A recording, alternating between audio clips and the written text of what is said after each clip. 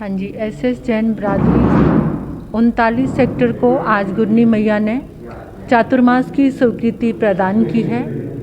तो पूरे संघ के लिए मेरा यही संदेश है कि हम निर्मल भावों से, सरल भावों से, हमारा सिर्फ लक्ष्य होना चाहिए कि हमें धर्म आराधना करनी है। किसी भी तरह के पचड़े में ना पड़ करके, किसी भी तरह के शिकवे शिकायतों से ऊपर उठ करके हमें केवल धर्म आराधना करनी है।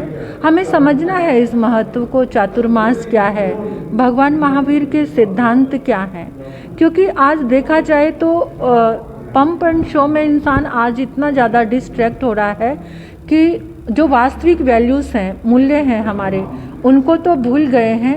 एक दूसरे से खींचातानी, अपने आप को शो ऑफ करना या अपने आप को, मतलब बहुत सारी लड़ाइयाँ हैं आज देखा जाए तो। लेकिन सोचना चाहिए किसके लिए लड़ना है। ये ज़िंदगी कितनी सी है, सबसे मधुर मिलन करें, संगठन करें। क्योंकि जो तोड़ने वाला होता है ना, वो खुद भी बर्बाद होता है और दूसरों को भी हानि पहुंचाता है। लेकिन जो जोड़ने वाला होता है ना, वो खुद भी शिखर पर पहुंचता है और दूसरों का भी कल्याण करता है। इसलिए हमें सबको जोड़ना है, यानी संगठन करना है। जब समाज संगठित होता है, जब परिवार संगठित होता है, जब देश राष्ट्र संगठित होता है, तो फिर उसकी महिमा ही कुछ अलग होती है, उसका आनंद ही कुछ और होता है और उससे एक सुकून मिलता है। आप हमेशा नोट करेंगे कि जब आप किसी से झगड़ा करते हैं तो आप कितनी देर तक बेचैन होते हैं और उस समय आप कोई ना कोई षड्यंत्र के साथ जुड़ते हैं कि मैं ऐसा कौन सा करूं, उसको नीचा दिखाऊं, और इसी षड्यंत्र में बुरे से बुरे कर्म का बंधन कर लेते हैं। तो हमें क्या करना चाहिए? हमें सबके साथ मिलकर रहना है और इस चीज़ को याद रखना चाहिए कि जब यहाँ से जाएंगे तो क्या लेकर जाएंगे। क्या ये लड़ाई, क्या ये झगड़े, क्या ये शिकायतें, ये यहाँ भी चैन नहीं देंगे और आगे जाकर भी चैन नहीं लेने देंगे। तो पूरे संघ को, पूरे समाज को मेरा एक ही संदेश है कि जो ईगो की लड़ाई है ना, उसको छोड़ दीजिए और आकर परमात्मा के चरणों में धर्म आराधना कीजिए।